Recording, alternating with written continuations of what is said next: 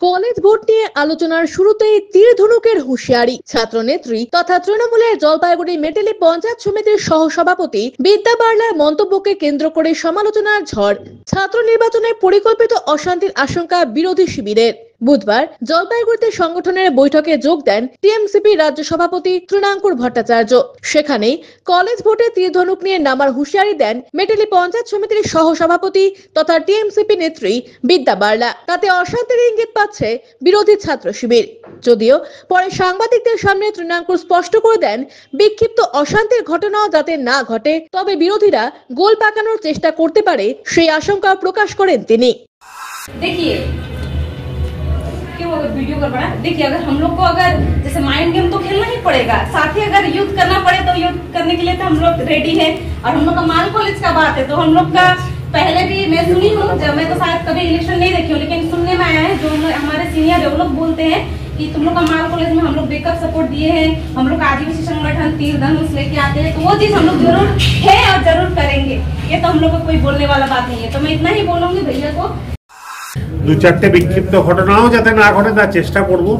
কিন্তু দেখুন, গন্ডগোল তো সর্বদা নিজেদের মধ্যে হয় না, গন্ডগোলটা অনেক সময় তৈরি করা হয়।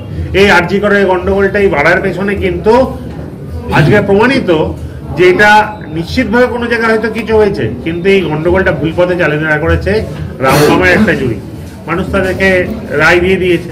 আমি বিশ্বাস করি কলেজ ইলেকশনের ক্ষেত্রেও বিরোধীরা নিশ্চিতভাবে হাজার চেষ্টা করলেও শিক্ষার পরিবেশকে নষ্ট করতে আমরা দেব।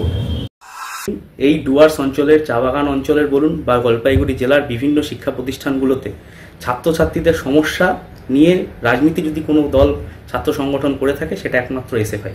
এই গণপরিবহনে অর্ধেক ভাড়া হোক বা কলেজগুলোতে যে বিএ পাস কোর্সের ক্লাস রেগুলার বেসিসে হচ্ছে না, সেগুলো সবসময় আমরাই তুলে ধরেছি এবং সাধারণ ছাত্রছাত্রীদের সমর্থন আমাদের পাশে থাকবে।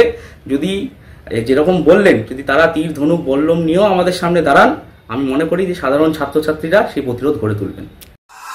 পিনাকি শিলের প্রতিবেদন, সিসিএন, তরাই ডুয়ার্স সংবাদ।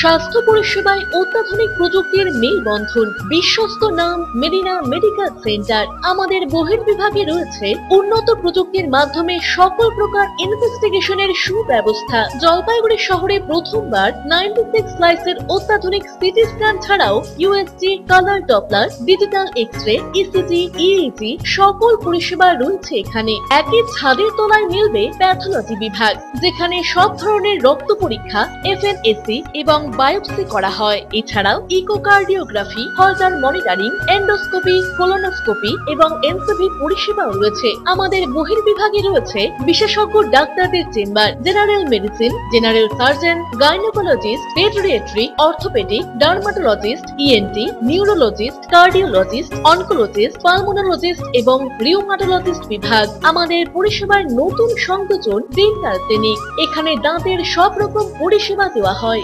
জলপাইগুড়ি শহরে প্রথমবার অত্যাধুনিক মডিউলার ওটি এবং ওয়েল ইকুইপড আইসিইউ পরিষেবা আমরাই নিয়ে এসেছি। এছাড়াও রয়েছে ডায়ালিসিসের সুব্যবস্থা, 24 ঘন্টা এমার্জেন্সি ও মেডিসিন শপ। আপনার সুস্বাস্থ্য আমাদের অঙ্গীকার। জলপাইগুড়ি জেলায় আমরাই প্রথম নিয়ে আসছি সিমেন্সের উন্নত প্রযুক্তি সম্পন্ন এমআরআই। শুরু হতে চলেছে সেপ্টেম্বর মাস থেকে।